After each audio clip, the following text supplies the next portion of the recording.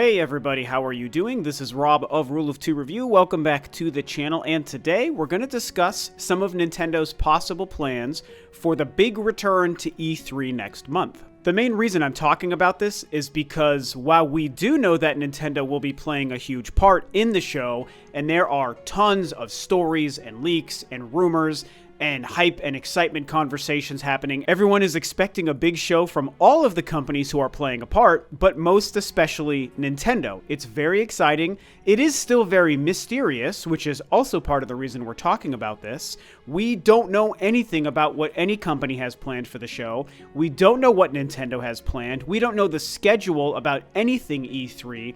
And so while it's a mystery, and it is also exciting that Nintendo is being a part of it, there's some stuff to discuss as far as what they may or may not be doing at the show. Before I dive too much deeper into the Nintendo E3 topic, I do like to remind you guys that I am always trying to grow the channel here on Rule of Two Review. I'm hoping to cross 17,000 subscribers before the end of 2021. I upload several videos every single week discussing all things Nintendo. I cover a lot of Metroid stuff, and I talk about all things gaming. So, as you watch this video, if you seem to like what I'm doing and what you hear, then hopefully you will consider subscribing to the channel. So like I was saying, the crux of this whole conversation comes down to the fact that E3 is now officially less than 1 month from today. We are closing in on the date where it starts on June 12th, which is a Saturday.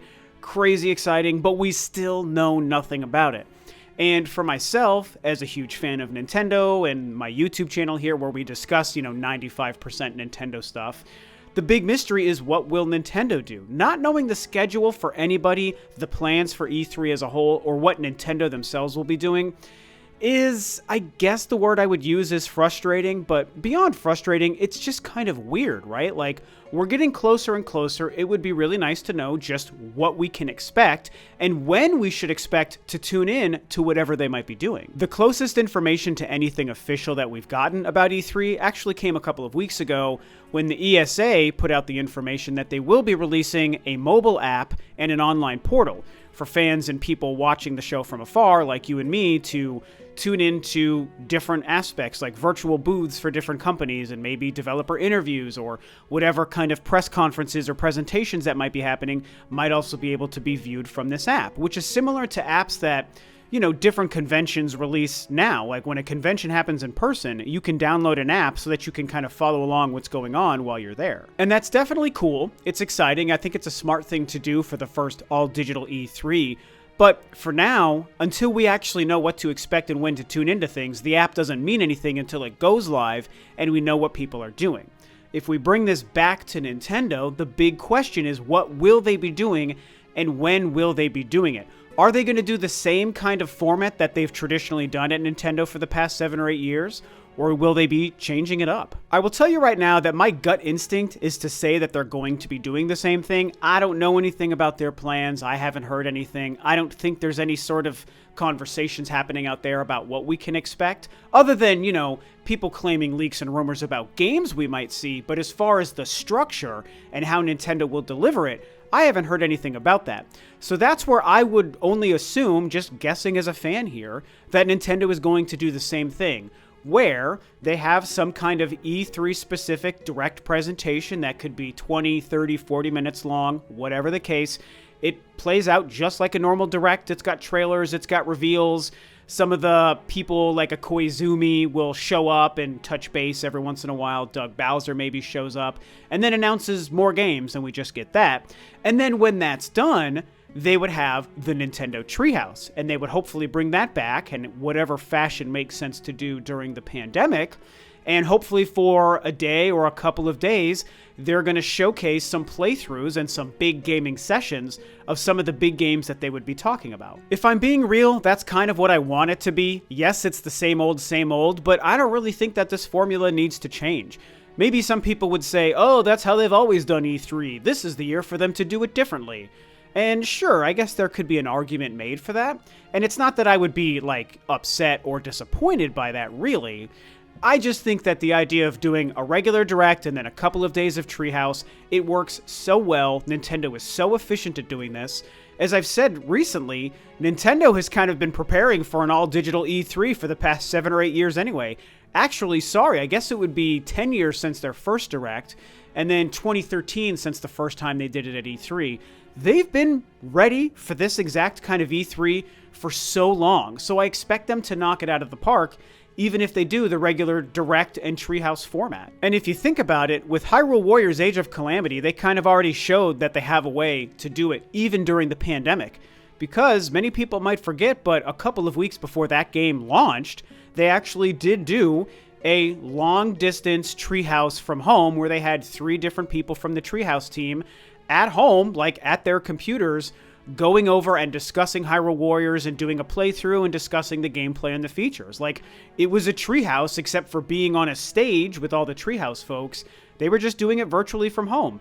And is that less exciting than a normal Treehouse? Yes. But did it work and get the job done? Absolutely. The first job of a Treehouse is just to showcase gameplay and games and features, and also interview some of the developers while they play. That can easily be done virtually, as they showed us here. However, it should also be noted that by the time E3 happens next month, that's a huge gap in time since Hyrule Warriors came out. A lot has happened in terms of the pandemic. There's been, things are getting back to normal. A lot of people have been given the thing that helps them feel better. I'm trying to avoid saying things that get me demonetized.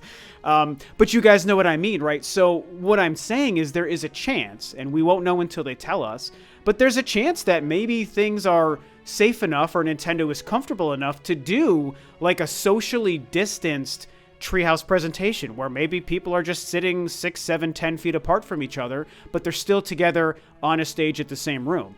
And so all of this is to say, long story short, the E3 Direct and the Treehouse format works. I would have to think, if I was going to put money on it, that's what Nintendo will do this year at E3. Now, of course, the next question becomes, how would they do it differently? If they weren't going to do the normal Direct and Treehouse thing, what other way could Nintendo do it? And that's a little bit tougher to say, but I've got a couple of ideas that might make sense. If for some reason Nintendo made the crazy decision to just not hold one concise, long-form Nintendo Direct for E3, I could see them either splitting up trailer reveals throughout the 4 days of E3. Maybe there's a couple of every day, on Saturday, Sunday, Monday, Tuesday, all of the above, whatever. Or maybe they do a couple of smaller presentations that are more focused on certain things. That might even include Treehouse information. So let's say they have a 5 to 10 to 15 minute long Nintendo Direct about Mario Golf, and maybe follow that with 20 to 30 minutes of a Treehouse playthrough of Mario Golf. And then they do the same thing for like Breath of the Wild 2, if in a perfect world they actually show and discuss that game at E3.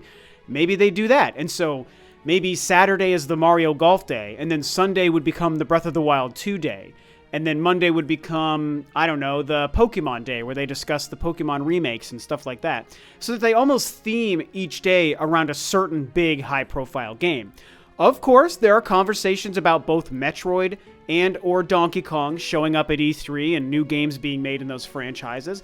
I tend to believe those conversations. I think there's something to Donkey Kong showing up, and I do absolutely believe in a 2D Metroid. If you've been following me for a while, you've been hearing me talk about that for a very long time, going back over a year ago. And so if those games are real and if they're meant to show up at E3, that could be something else. Maybe they do, could you imagine a Metroid Day where they showcase maybe the Prime Trilogy or a 2D Metroid? Maybe they have a Metroid 35th anniversary celebration at E3 and make that part of the presentation and reveal some of those games and maybe do a Treehouse playthrough. Same for Donkey Kong. Maybe the day meant for Zelda would be the one that would also include the 35th anniversary stuff. And so the Zelda Day is Breath of the Wild 2 stuff, anniversary stuff, Wind Waker, Twilight Princess, Ocarina of Time, and all these things show up and they do Treehouse presentations for them. To me, that could be a really cool, fun, and exciting way to do E3 different this year compared to the normal plan of a Direct and then several days of the Treehouse. I think that becomes a great and exciting plan. Like I said, the only other thing they could do that wouldn't be that would be to just almost be not very engaged with E3 or the fans and just allow for random trailers and announcements to just randomly happen throughout the course of the 4 days, where maybe nobody is there representing Nintendo and talking to people and introducing stuff. They just they just have some sort of E3 thing going that's just presenting stuff, and the occasional Nintendo or Switch game just shows up as a trailer.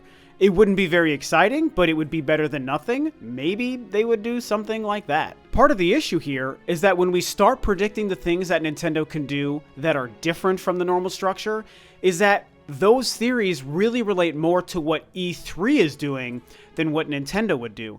Because there is a chance that the ESA is putting together an all-digital E3 structure that's different than what we might think it is, and maybe Nintendo's choices would have to kind of bend to the will of what the ESA is putting in place. And maybe the weird change to the structure and the format might force Nintendo to do things a little bit differently just because that's what E3 is this year, the fact that it's a little bit different. And I could see, there's an argument to be made that if it's all digital, why would there be any restrictions? Nintendo could release anything all digital that they want, regardless of the ESA. And while I would say that that is true, because, it actually is true, I think the difference is Nintendo's already said they're doing stuff for E3. They've already agreed to be a partner with E3. So if they didn't do that, then we could expect them to see them do all their own normal stuff however they want, totally independent of E3. But the fact that they've decided to be a part of E3 means part of that agreement could be the ESA saying, this is how we want you to do it, and so do it this way if you're going to be a part of E3. And Nintendo clearly agreed to whatever they agreed to do it, so, this is just, more spitballing and riffing and just kind of throwing ideas out there, but I think it's just important for us to remember those distinctions on why they might do something different. But I will say here at the end that I don't expect anything too wild and different. I like the idea of each day being themed around a specific game. That does become very exciting.